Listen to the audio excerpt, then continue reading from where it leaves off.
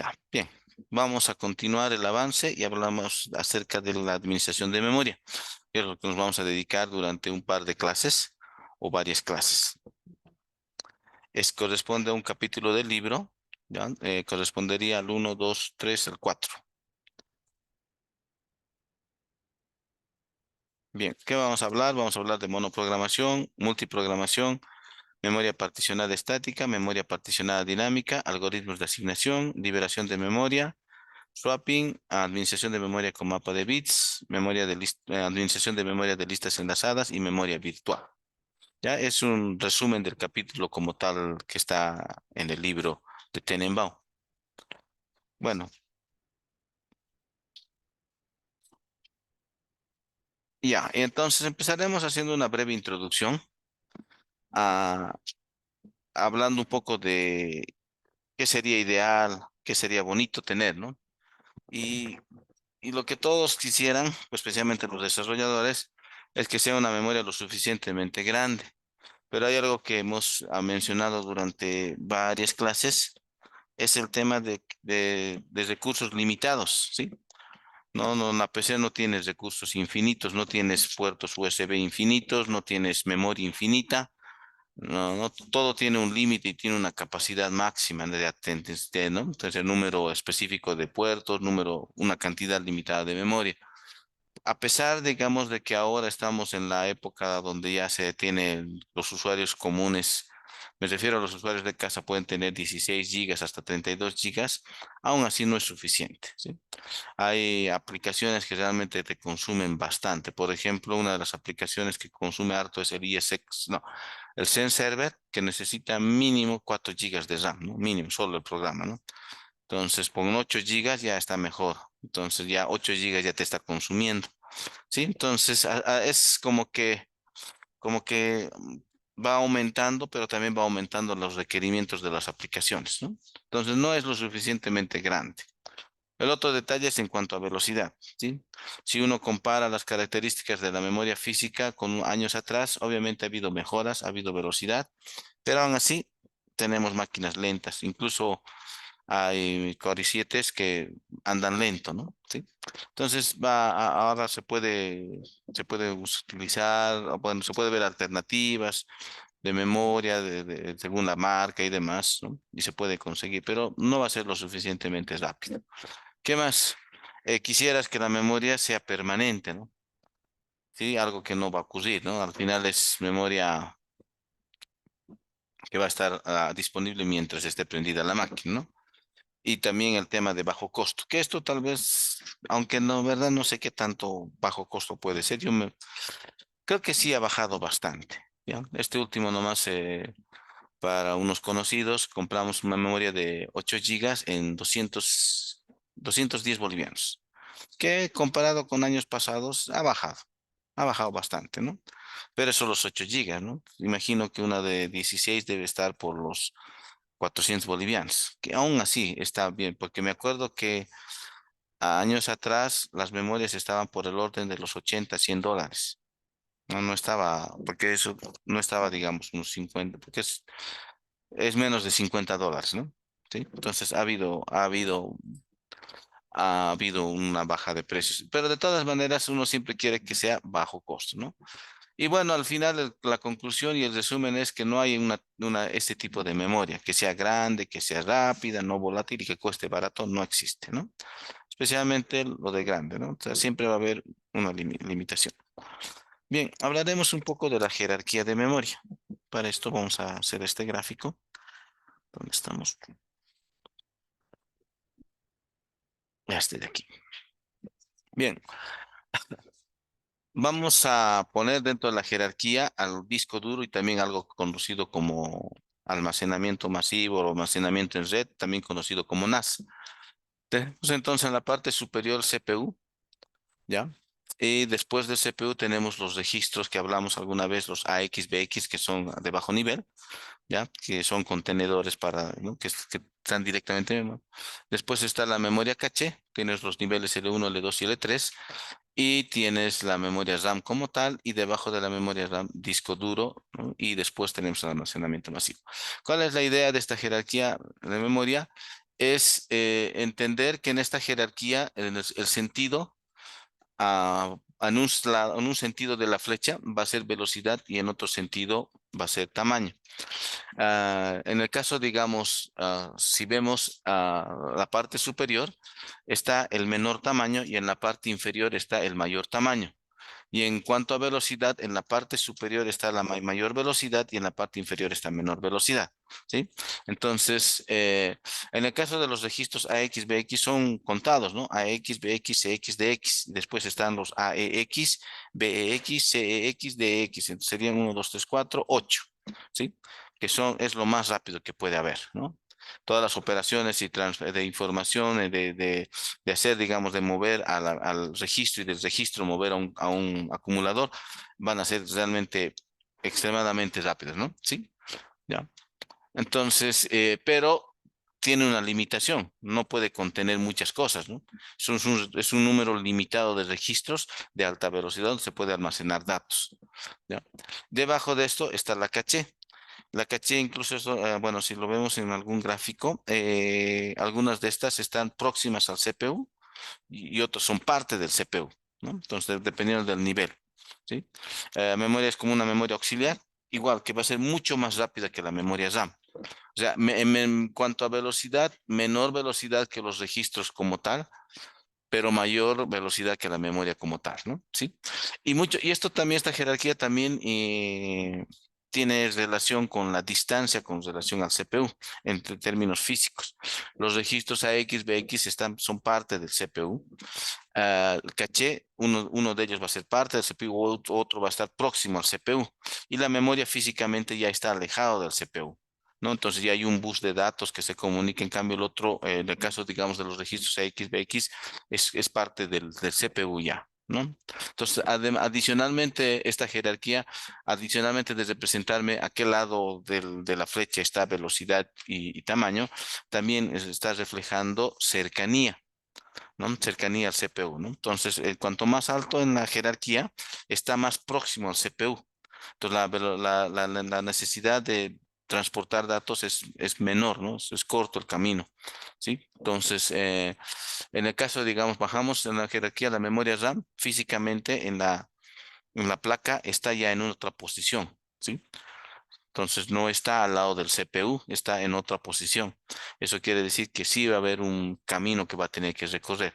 Y si hablamos del disco duro, ya se lo pone parte de esta jerarquía porque más adelante vamos a ver que se hace el swap, ¿no? Que es básicamente utilizar el disco duro como una extensión de la memoria, ¿no? Y el disco duro, aparte de que está más alejado del CPU, ya utiliza, bueno, actualmente utiliza conectores SATA, ¿no? Que en términos de velocidad son mucho menos que la velocidad que tiene la memoria, ¿no? Me refiero a la transferencia entre la comunicación de la memoria con el CPU, ¿sí? Entonces, no solamente esto me refleja a qué lado está la velocidad, el tamaño, sino también me refleja cercanía con el CPU. ¿Sí? Entonces, bueno, esta manera presento parte de la introducción, vemos si estudiamos un poquito esta jerarquía, ¿no? ¿Ya?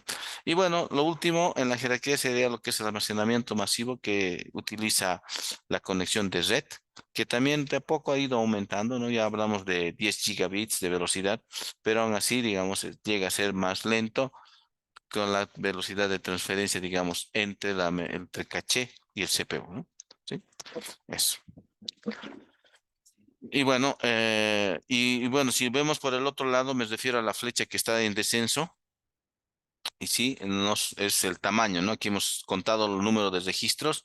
Aquí, bueno, la memoria caché va por el orden de los 512 megas y la memoria RAM está yendo hasta los 32 gigas, ¿no? De capacidad, por lo menos lo que se conoce en términos de arquitectura x86, la que es lo que se utiliza en las PCs que la mayoría de las personas pueden acceder, va por hasta los 32 gigas, ¿no? Posiblemente algún rato suba a 64 y los discos duros ya estamos por el orden de los 2 teras, 3 teras, ¿no? ¿Sí? Entonces podemos ir viendo que según vamos bajando, tenemos capacidad de almacenamiento, y estos ya, obviamente, aquí estamos hablando de mucho más que 3 teras, ¿no? Entonces, al ser un almacenamiento masivo en red, podemos acumular un montón de megas y megas de almacenamiento, ¿no? ¿Sí? Entonces, ahora en el disco duro que ha sufrido a través de la historia es los discos sólidos, ¿no? Que tienen poca capacidad, ¿no? Entonces, básicamente es como que menor capacidad, mayor velocidad, ¿no? ¿Sí? Entonces, uno tiene que jugar entre si quiero velocidad o si quiero capacidad, ¿no? Y obviamente la mayoría se inclina por velocidad a cambio de menor capacidad, ¿no? De hecho, los discos sólidos tienes 250 hasta 512 creo que llegan, ¿no? Los discos sólidos. No sé de si llegó a un tera, pero sí, hasta ¿no? Entonces, pero hace un par de, cuando apareció era 512, ¿no? Y en costos también 512 es digo, 256 es un costo razonable y accesible, ¿no? Comparado, digamos, con uno de mayor capacidad. Bien, bueno, entonces es la jerarquía de memoria y lo que tiene que hacer el sistema operativo es administrar esta jerarquía de memoria, ¿no? Tiene que administrar ah, lo que es la memoria caché, memoria RAM y el acceso al disco duro principalmente, ¿no? ¿Qué es lo que va a administrar el sistema operativo? Va a administrar espacios libres y ocupados en la memoria. Tiene que asignar, localizar procesos y datos en la memoria, ¿no? También tiene que controlar todo lo que está en uso, asignar procesos a los que cuando los procesos lo necesiten, tiene que liberar memoria y también a tratar el problema del swap, ¿no? Que es utilizar el disco como memoria auxiliar, ¿ya? Y a pesar de la cantidad de memoria que se tiene, se van a fijar más adelante o lo van a ver en sus máquinas que, ah, s- aunque en algunas máquinas en menor medida, pero usa swap, ¿no? Hace tanto Windows como Linux. Bien, empezaremos hablando del caso de DOS, que también lo hablamos en cuando estuvimos estudiando el tema de procesos, ¿ya? Eh, Monoprogramación significa un solo programa en la memoria, se comparte la memoria con el sistema operativo, es una asignación a direcciones contiguas, es decir, uno de los gráficos que se hace mucho de la memoria es como una cinta. Ya es el gráfico que se realiza en mayor parte de los casos. Me refiero a algo así. Y lo vamos a graficar de esa forma en la memoria, ¿sí? Como una cinta, donde esta es la posición cero, digamos, 0, y esta es la posición como su capacidad máxima. Pongámosle, digamos, de 8G, ¿no? Entonces es el byte cero y el 8 gigabyte, ¿no? La última posición, ¿ya? Cuando hablamos de monoprogramación, básicamente estamos hablando de algo así. eh, de un área que se va a reservar para el sistema operativo,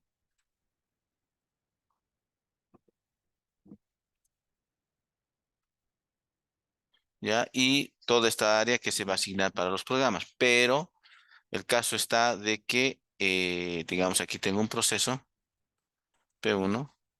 Lo que va a suceder es que P1 va a subir a memoria, se le va a asignar un espacio de la memoria.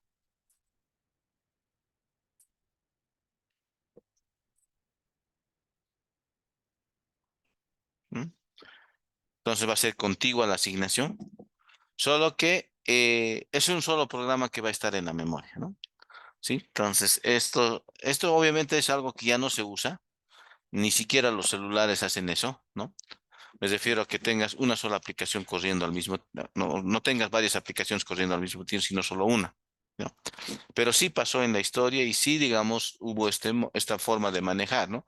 La memoria, un espacio reservado para la memoria y después una asignación contigua a los procesos, ¿no? Entonces un programa se lanzaba, subía la memoria y utilizaba, ¿no? Y eso es lo que así funcionaba DOS, ¿no? Entonces solo tenías un programa, tenías tu Word corriendo, tenías mm, bueno, tu editor de lenguaje de programación, tenías tu juego corriendo, pero no tenías varias cosas a la vez corriendo, ¿no? De ahí surgió, digamos, la idea del manejo de ventanas para poder empezar ya a tener multiprogramación.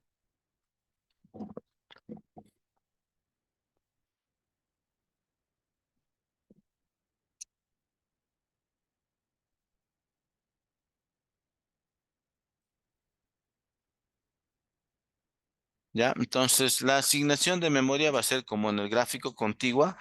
Se ocupa un espacio de memoria, el siguiente espacio libre se le asigna, ¿no?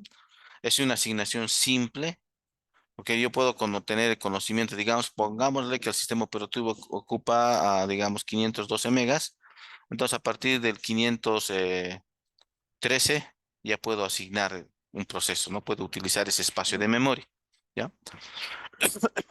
Para este caso, no se necesita de algo adicional a nivel físico, ¿sí? Es bastante sencillo de administrar, ¿sí? Entonces, como lo podríamos asumir incluso como si fuera un vector en el que el sistema operativo ocupa, digamos, desde una posición 0 hasta una posición, digamos, 512 y de la 513 ocupa la memoria, ¿no? Se lo podría manejar de ese modo, por ejemplo, ¿no?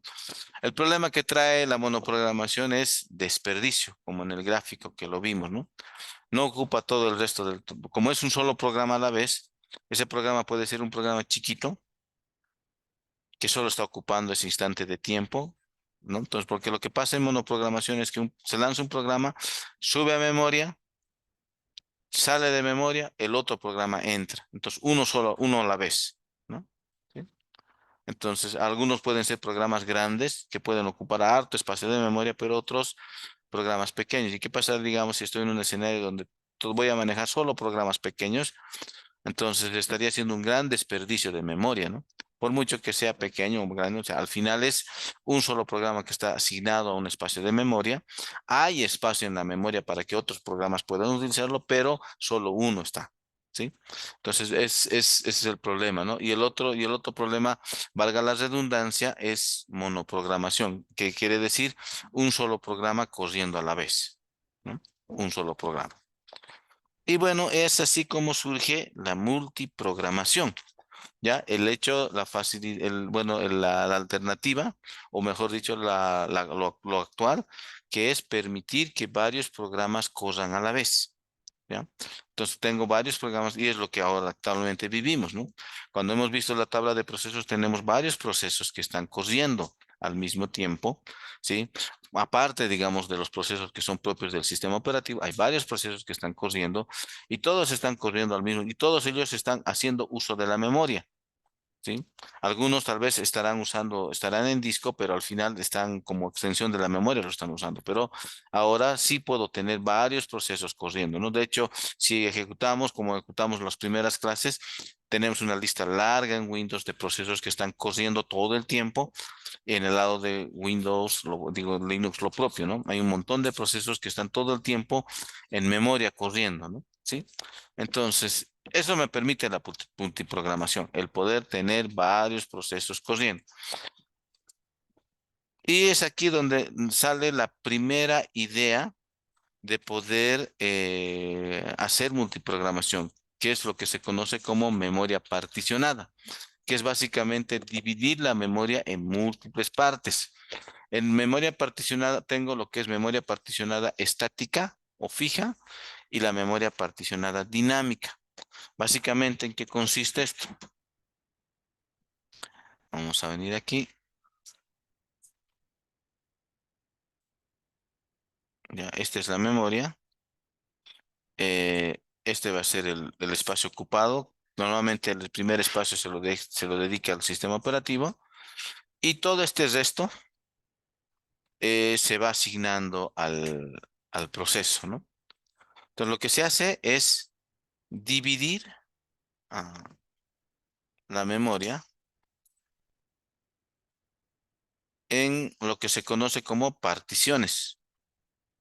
Entonces es como dividir en celdas, ¿ya? De un tamaño estático o fijo, ¿no? Quiere decir que me refiero a que va a ser un solo tamaño todo el tiempo. Cada vez que se prenda la máquina, va a tener estos espacios o estas celdas que estaba yo dibujando un solo tamaño, ¿no? ¿Ya? Ahora, el de abajo, dinámico, implica que va a tener tamaño variable o va a ir cambiando según las necesidades. ¿Cuál es la idea de la memoria particionada? Es que el espacio libre de memoria que tengo voy a partir en pedazos que pueden ser del mismo tamaño, pueden ser de tamaño variable pueden ser fijos, o sea, no se van a cambiar esos tamaños, o pueden ser dinámicos, ¿ya? Eso es el porcentaje de uso de memoria, ¿ya? Entonces, la idea es que, digamos, si se lanza un proceso, digamos, tengo aquí un proceso,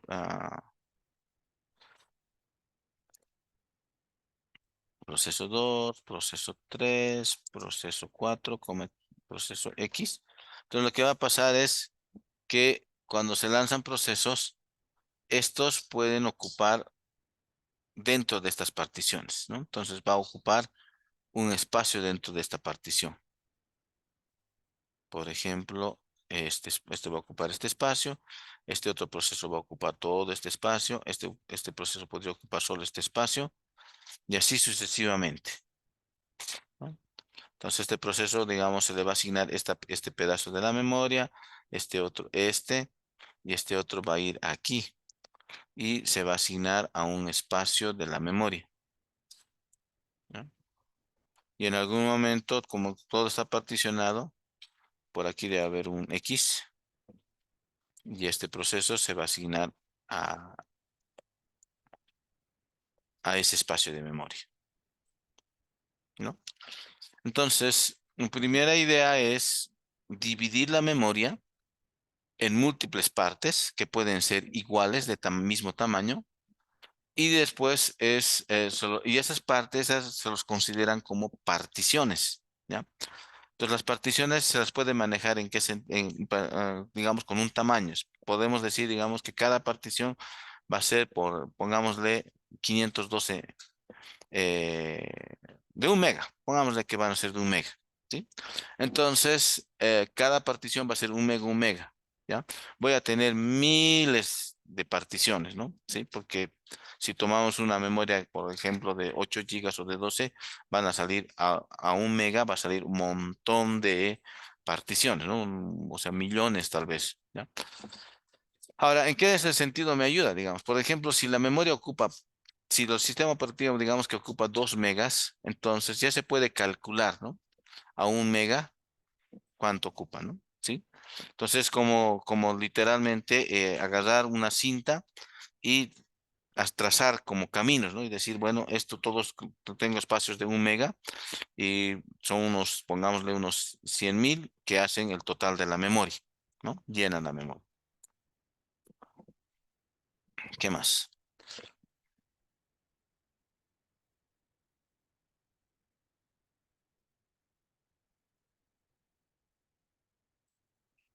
¿Ya?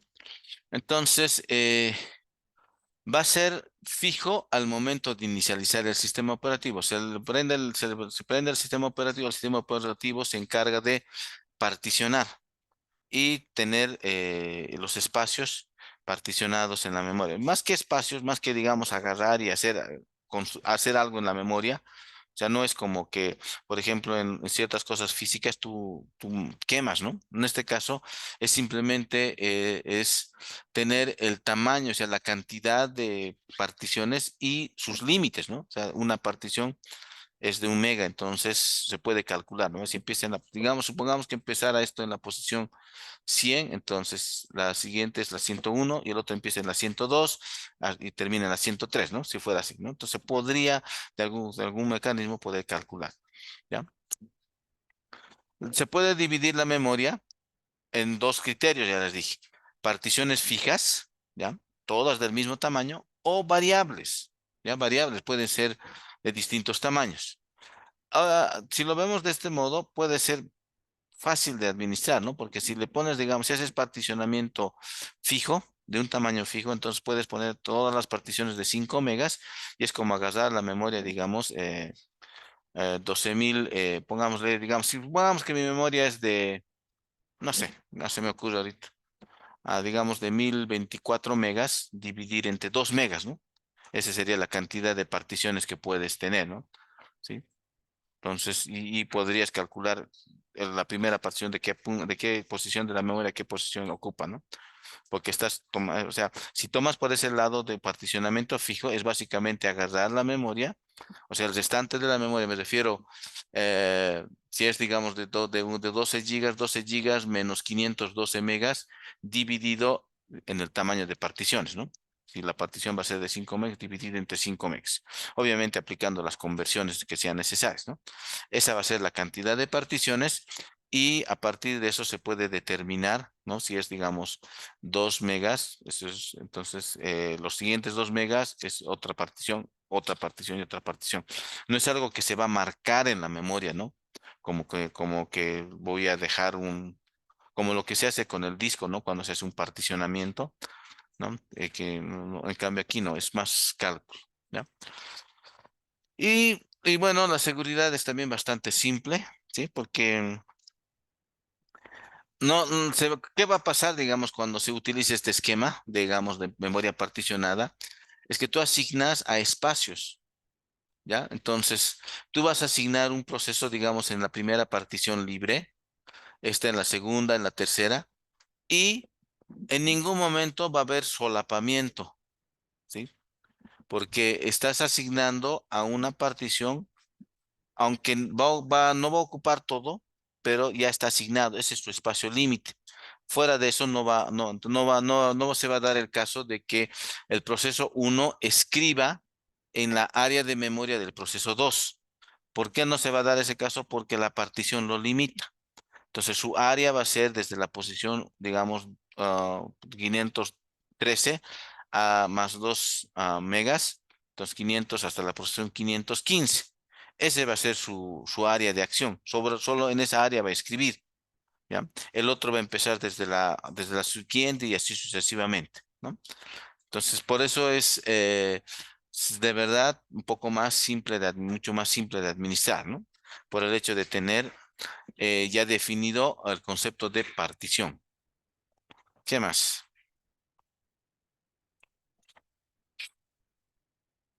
Ya, la estática sería lo que dijimos aquí, fijo al momento de iniciar el sistema operativo. El sistema operativo particiona la memoria bajo algún criterio y ya te lo deja fijo mientras la PC esté prendida. Y el otro, y este tamaño, esa puede ser de dos casos, les dije, ¿no? Puede ser tamaño fijo, toditos de 2 megas, toditos de 5 megas, o puede tener tamaños variables, ¿no? Particiones pequeñas, particiones más, pueden ser medio como que en forma diagonal creciendo, ¿no? De uno, de dos, de cuatro, de ocho, de así y así sucesivamente, ¿no? Se puede aplicar algún criterio de crecimiento progresivo de las particiones. ¿Qué ventaja me traería, digamos, si fuera variable? Es el hecho de que tendría particiones grandes para aquellos procesos que necesiten harto espacio, tendrían particiones pequeñas para aquellos procesos que necesitan un pequeño espacio, tal vez un K de memoria, ¿no? Algo así. ¿Sí? Entonces, esa es la ventaja de tamaño variable. Voy a borrar esto.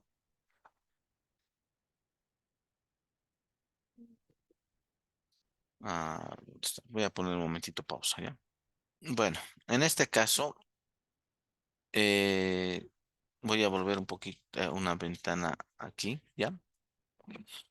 Ah, bueno, después lo vamos a borrar el gráfico, ¿ya?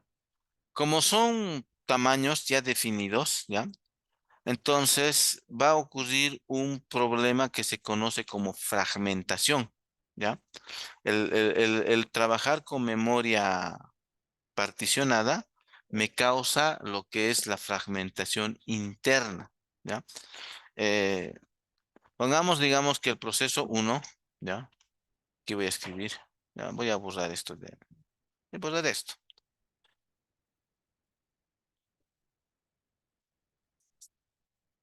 ¿ya?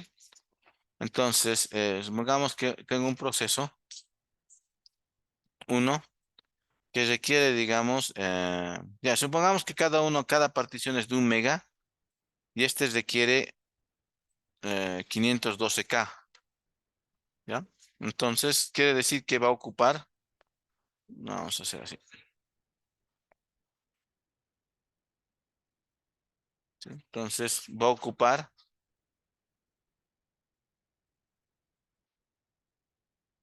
la mitad, ¿no? ¿Sí? Va a ocupar la mitad. ¿Qué pasa si tengo otro proceso, un proceso 2, digamos, que necesite, digamos, 1000, KB, ¿no? ¿No? Entonces, eso quiere decir que va a ocupar de como es de 1 mega cada partición, entonces va a ocupar casi toda la totalidad, ¿ya? ¿Qué pasa si aparece un proceso 3,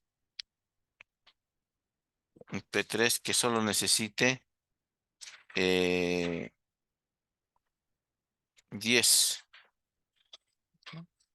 Va a ocupar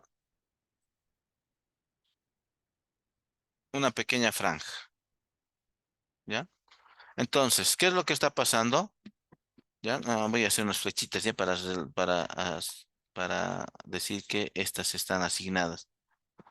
Ya, este entonces viene aquí, este se va a venir aquí y este proceso 3 aquí, ¿ya?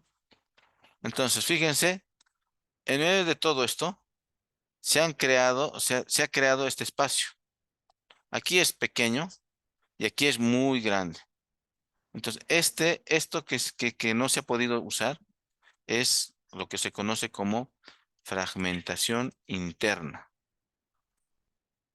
¿ya? ¿Sí? Entonces, pongámosle cualquier tamaño a la partición, ¿ya? Que puede ser un tamaño, bueno, en este caso, por ejemplo, pongámosle 1 mega. Un proceso necesita 512 KB de espacio, entonces va a ocupar solo la mitad de la partición. La otra mitad está desperdiciado, porque ningún otro proceso va a poder utilizar esa partición, ¿ya?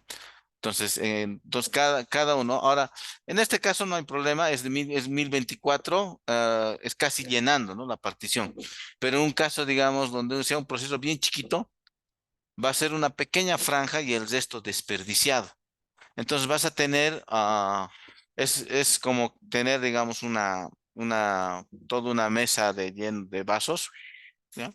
Y algunos están semillenos, otros están con este nivel, ni la cuarta, ni el 10%, ¿ya? Y cuando podrías, si se tratara de optimizar, podrías aprovechar mejor el espacio, ¿no? Pero eso es lo que causa la memoria particionada. La estrategia de usar memoria particionada va a causar lo que se conoce como fragmentación interna, que sería el espacio restante dentro de una partición. No se va, y como dijimos también anteriormente, los procesos son impredecibles, son de distintos tamaños, ¿no? Pueden ser pequeños, grandes, pueden ser de distintos tamaños. Cada vez que un usuario lanza un proceso, puede ser algo bien grande o algo bien chiquito, ¿ya? Entonces, va a pasar eso, ¿no? Va a ocurrir ese fenómeno eh, de ocupar no la totalidad, ¿no? ¿Sí? Hasta ahí está claro, ¿no? Ya. Entonces, ahora sí voy a proceder a borrar.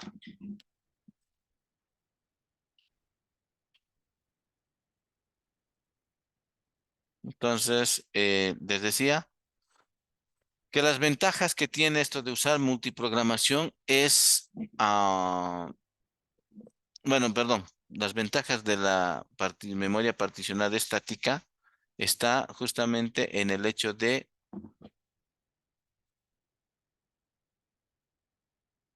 ya está, esto quiero borrar, listo.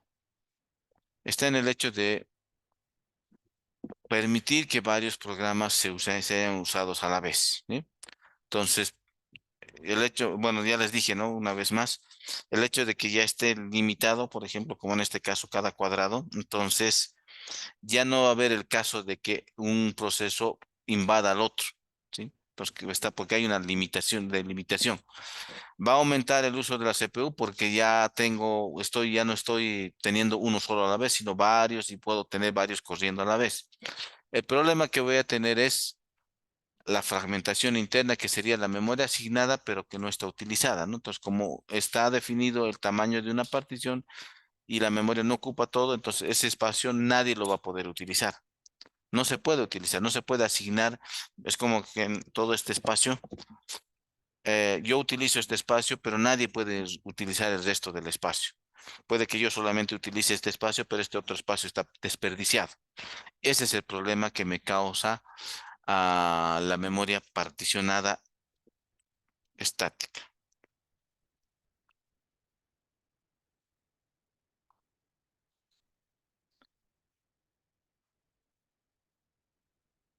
Ya, el otro caso es la memoria particionada dinámica, ¿ya? Que es básicamente, según el requerimiento de cada programa, se le asigna un espacio de memoria. El programa de 512 se le da 512 en la memoria. El otro programa necesita 1000 kbytes, se le da los 1000 kbytes. No, el otro programa necesita 10, se le da 10, nada más, ¿no? Entonces, se va a asignar de forma dinámica la memoria según su requerimiento, ¿no? Uno de los criterios más fáciles de manejo es asignación contigua. Después del sistema operativo está libre, se le asigna un espacio, está libre, se le asigna un espacio y así sucesivamente, ¿no? Con la diferencia de que se le asigna según el tamaño del proceso. ¿M? Es eso. Esa sería la asignación dinámica de memoria.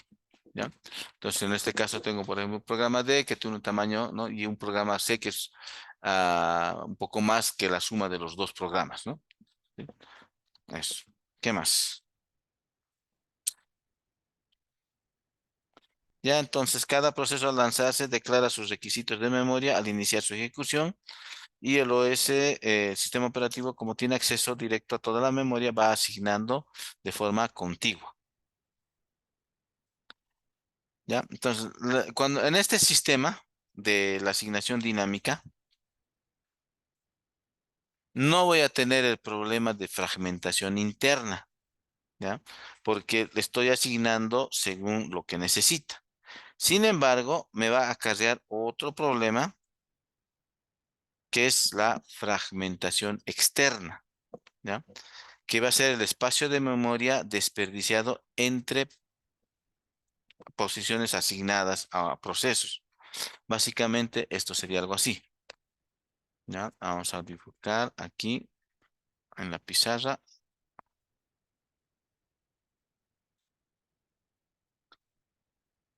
Esta es, digamos, la memoria. Ya, ya no voy a asumir, bueno, voy a particionar desde el principio, ya no voy a colocar sistema operativo voy a ignorarlo. Y básicamente voy a tener un proceso uno que va a ocupar esto, voy a tener otro proceso que va a ocupar esto, voy a tener un proceso que va a ocupar esto, y así sucesivamente voy a tener, ¿no? Por asignación dinámica de memoria, puedo tener procesos que van a ser asignados de forma contigua. Y si se fijan también, va a ser la mejor forma, ¿no? De asignación de espacio de memoria, ¿no? Que no tiene sentido asignar aquí al final, ¿no? Para mejor administración, yo puedo tener, digamos, su límite de cada proceso, ¿no? Dónde está terminando un proceso y dónde está iniciando el otro. Ahora, ¿cuál es el problema con fragmentación interna, externa? Es que cuando un proceso termina, va a dejar huecos, ¿sí? Entonces, por ejemplo, estos tres procesos han terminado, ¿ya? Como estoy aplicando el criterio de asignación contigua, ¿sí? Tengo la última posición del proceso que está siendo utilizado y este espacio se está desperdiciando, ¿sí? Porque siempre voy a asignar hacia la derecha, ¿no? Que en este caso sería aquí. Si llega un nuevo proceso, ¿ya? Aparte de que aquí ya pierdo el control, ¿no? Son tres procesos que han cerrado de diferentes tamaños. ¿Cómo yo sé que no voy a asignar en un espacio que está siendo utilizado por un proceso? Desde un punto de vista de programación. No tendría cómo saber, ¿no? Porque podría ser que este otro proceso de aquí ¿no? También haya sido liberado, ¿no? Entonces lo mejor siempre va a ser venir aquí y asignar aquí a la derecha, ¿no? Lo malo es que se va a dejar huecos que van a ser desperdiciados, ¿no? Y eso lo pueden ver, bueno, antes se podía ver con lo que se conoce también la fragmentación, lo que se conoce como en disco duro, ¿qué se llama esto? Oh, se me ha ido. Bueno, también usa el término de fragmentación. Es que antes se veía gráficamente, ¿no? Podías ver gráficamente tu disco y podías ver que datos tenías dispersos por todo lado y tenías hartos espacios entre dato y dato. Entonces, lo que hacía, digamos, de fragmentar el disco, lo que hacía era agarrar y toditos los datos colocarlos de forma contigua y así recuperabas espacio en disco. De la misma forma o bueno, de forma similar, Cuando se tiene este problema, lo que se trata es de agarrar estos bloques, moverlos más hacia un lado, de tal forma que todo este espacio quede recuperado y se lo pueda utilizar. ¿Ya? Pero eso, bueno, ya casi adelantándonos es lo que se va a hacer, se tiene que hacer. Cuando se maneja memoria dinámica, se tiene que hacer esa tarea de mover áreas de memoria de tal forma de que la área libre quede libre a un lado, ¿no? ¿Sí? La misma operación de fragmentación que ocurre en disco, ¿ya? Pero bueno, la ventaja de usar dinámico es que no existe fragmentación interna, ¿sí? La desventaja es que mientras los procesos vayan terminando, va a dejar huecos, ¿ya? Huecos a lo largo de la memoria. Y si uno pudiera agarrar todos esos huecos, quizá hasta llegue al poco menos de la mitad de la memoria, ¿sí? Entonces, y a veces es tal vez la sensación que uno siente cuando, a pesar de que tienes una buena memoria, rápido se llena, ¿no? Es porque si está usando memoria dinámica vas a tener esa sensación, ya que va dejando huecos, huecos, huecos, y esos huecos no pueden ser aprovechables, ¿no? ¿Sí? Si la única forma de aprovechar es hacer la operación de mover todo esto hacia allá, ¿no? Básicamente es agarrar esto de aquí, lo muevo aquí, ¿no? Esto de aquí lo muevo,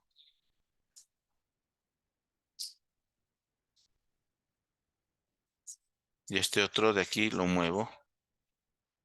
De ese modo es que ah, no se puede aprovechar la memoria, ¿sí? Es decir, todo lo que estaba por ahí disperso, entonces lo voy moviendo a un lado, de ese modo va a quedar a un lado libre, ¿ya? ¿Sí? Entonces la forma de solucionar sería una forma de solucionar fragmentación externa, ¿ya? En lo personal, bien comparando con la que vimos anteriormente particionada, de verdad que la particionada me garantiza que no haya solapamiento entre un proceso con otro, ¿no? Porque está claramente definido hasta dónde abarca.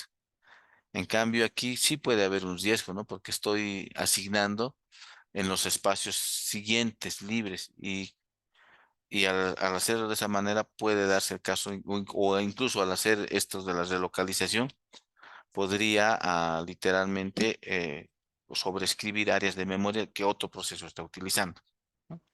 Por lo menos hay la mayor posibilidad de que esto pase. Ya, borramos. A ver, ¿qué más tenemos por aquí?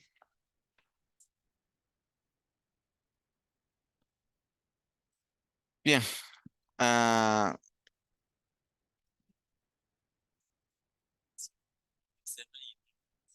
ya. La fragmentación interna es cuando, bueno, volveremos a hacer el gráfico. Aquí mejor. Ah, aquí me han pedido volver a repetir el tema de fragmentación, ¿ya? Entonces, si esta es la memoria, digamos, para el caso de fragmentación, este va a ser para interna y este para externa, ¿ya? Digo, perdón, estático y dinámico. Si es estático, lo que se hace es dejar particiones de tamaño fijo en la memoria. Toda la memoria va a tener como celdas, ¿no? Así, toda la memoria. En cambio, en dinámica no. Entonces, cuando un proceso se asigna, ¿qué es lo que va a pasar? Va a ocupar una de las particiones, ¿ya? Y este mismo proceso, si fuera dinámico, va a ocupar aquí, ¿ya? En este espacio. Cuando llegue otro proceso, ya no va a poderse asignar de forma contigua al proceso último, sino que va a ir a la siguiente partición y puede que lo que utilice sea este espacio, ¿no? Si fuera dinámico, iría en el siguiente espacio libre contiguo, ¿no? Si tengo otro proceso que ocupa un tamaño considerablemente grande, como este, por ejemplo, va a ocupar todo esto. Y si fuera dinámico, va a continuar aquí, ¿ah? ¿Sí? Ahora, en la parte de arriba, fíjense, Como está definido el límite de las celdas, de las particiones, entonces dejo espacios en blanco. Esos espacios no se pueden asignar a ningún proceso. Y tampoco los puedo relocalizar o, digamos, mover a un lado de la memoria para que esté libre. No, es totalmente desperdiciado. Esa es la fragmentación interna. O sea, ya no lo puedo utilizar. Si, lo único que sí tal vez podría hacer es esto, ¿no? Si este proceso se cierra, entonces esta partición ya está libre para usar. Si este otro proceso se cierra, esa es la ventaja también de usar particionado, o sea, es particionado. Como son celdas fijas, entonces yo podría empezar, digamos, desde la primera, hacer un recorrido, ¿no? De la memoria desde la primera posición, de la primera partición hasta la última y ver cuál partición está libre y cuál está ocupada. Entonces me da esa ventaja de poder empezar a asignar, ¿no? ¿Sí? Si viene un nuevo proceso, yo le puedo asignar en este espacio de la memoria, ¿no? Porque cada partición ya me limita, ¿ya? En cambio, si es dinámico, por ejemplo, si esto cierra y esto cierra, ¿ya? ¿Cómo yo tengo, cuál va a ser, cómo sé, digamos, desde qué posición hasta qué posición tengo espacio libre? O sea, desde un punto de vista de programación, ¿cómo haría? Porque son dos procesos que tenían tamaño X, digamos, ponga uno de 100 y el otro de 512, ya han sumado 600 y en algún momento uno ha terminado y después el otro, ¿ya? Entonces me ha dejado un hueco. ¿Cómo hago para aprovechar ese hueco? Si fuera particionado, tengo esa ventaja, ¿no? De que está delimitado. Puedo ir, digamos, como por cada 2 megas recorrer. Hay espacio libre porque es fijo el tamaño, ¿no? O tal vez tiene. Esa es la diferencia, ¿no? Ahora, la ventaja de la fragmentación externa es que yo puedo mover toda esta área, pasarla al principio, dejando libre. ¿No? Algo que no podría ser en memoria particionada. Yo no puedo mover nada, solamente es esperar que el proceso se cierre y sí puedo recorrer las particiones para ver si existe alguna partición que pueda yo utilizar. ¿Sí? Ese es.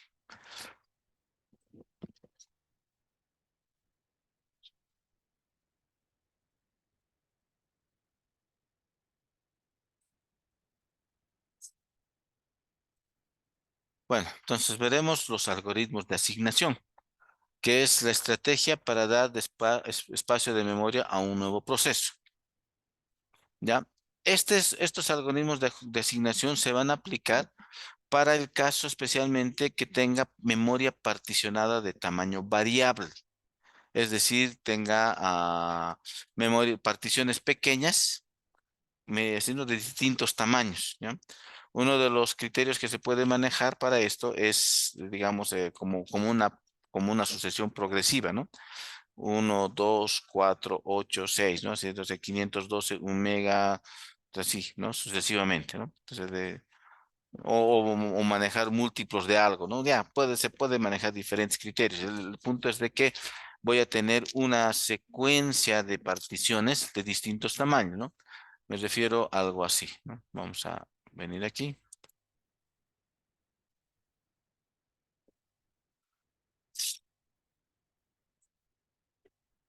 algo así. Y voy a tener, digamos, particiones,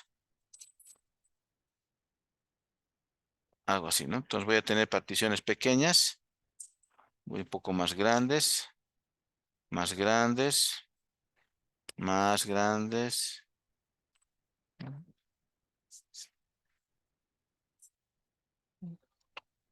Y así sucesivamente, ¿no? ¿Ya?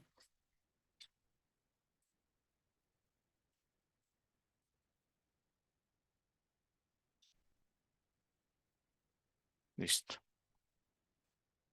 ¿Ya? Entonces, ¿qué me dice el primer ajuste? El algoritmo de primer ajuste. Dice, se asigna el nuevo proceso a la primera partición de tamaño suficiente. Si tengo un esquema de particionamiento de tamaño variable, entonces yo voy a recorrer las particiones desde la primera partición y ver, digamos, ¿es de tamaño suficiente para mi proceso? Es decir, la partición puede puedo asignar esa partición. Si puedo asignar, se queda, ¿ya?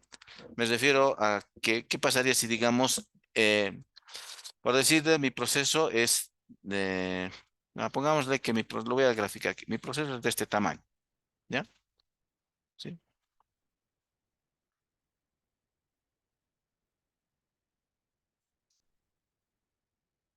¿Ya? Y supongamos que este espacio de memoria ya está siendo utilizado, esta partición.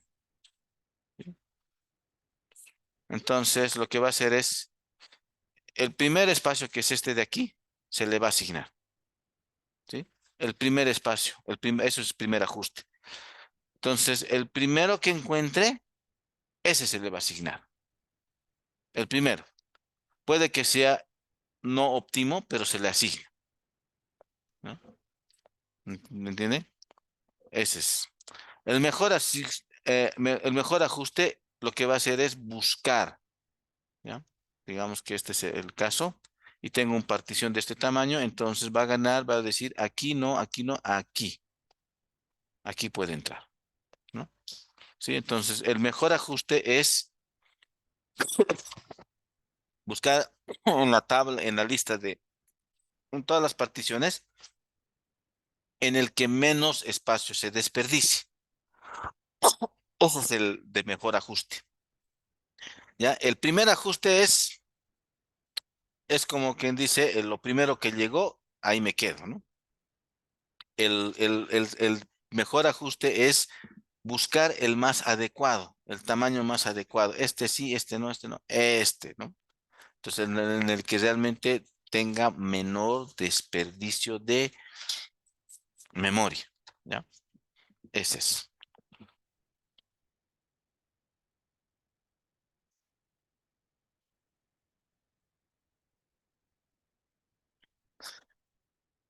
Este es el peor ajuste. Lo que haría es buscar el tamaño más grande y asignarlo, ¿sí? El peor ajuste.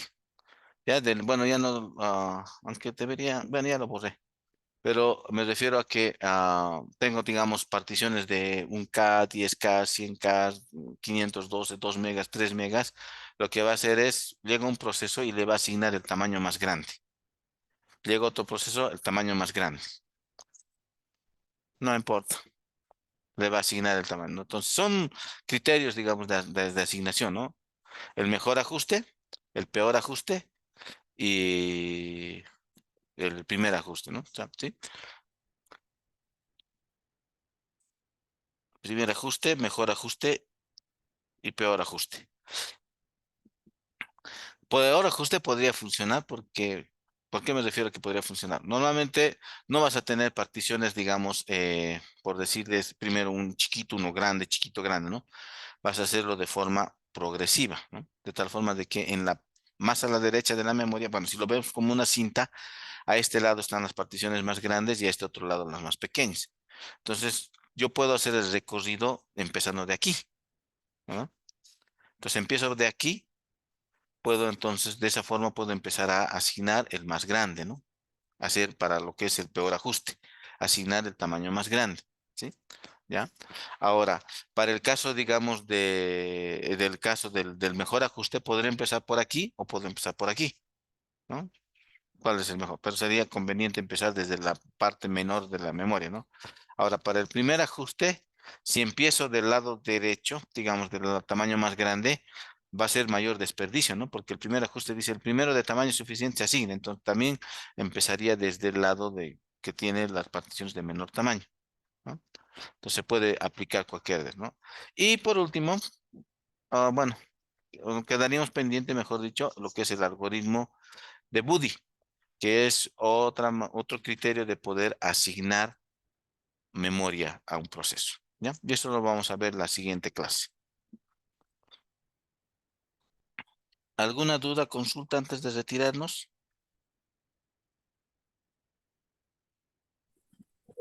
Disculpe, ingeniero, Sí, te escucho. este algoritmo de Body sería directamente para el segundo parcial, ¿no? Perdón. Ya, O es igual en...